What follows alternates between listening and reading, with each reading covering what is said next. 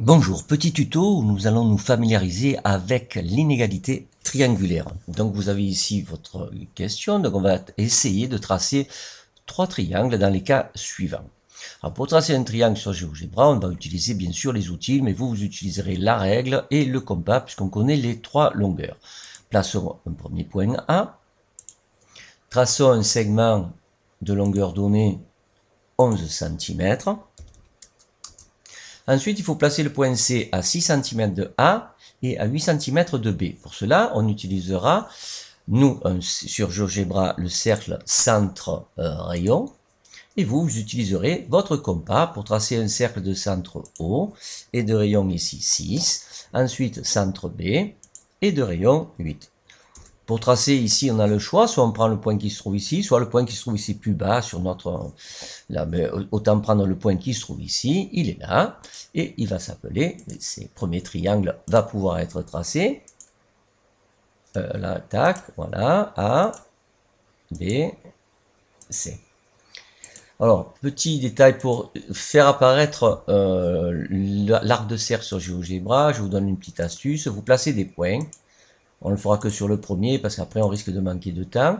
Les cercles ici, tac, vous les... Alors il ne faut pas les effacer, il faut ne pas l'afficher. Hop, excusez-moi, je me suis trompé. Donc CTRL Z, je fais CTRL Z ici. Donc afficher, non. Et ici, afficher, non.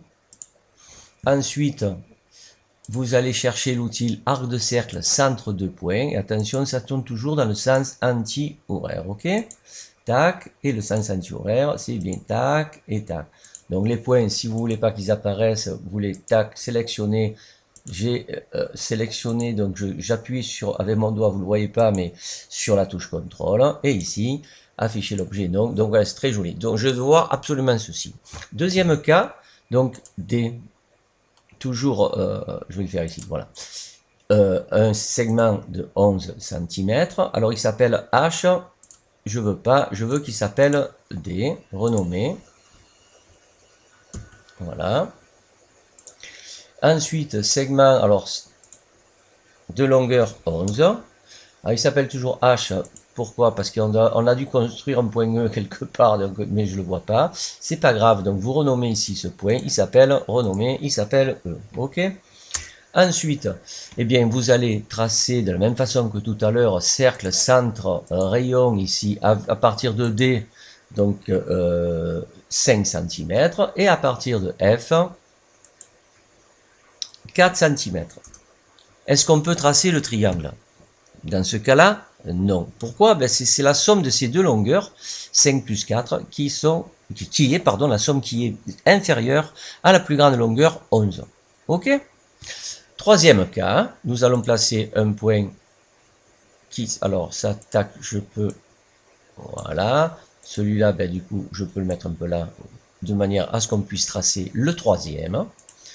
Le troisième, donc toujours segment ici de 11 cm.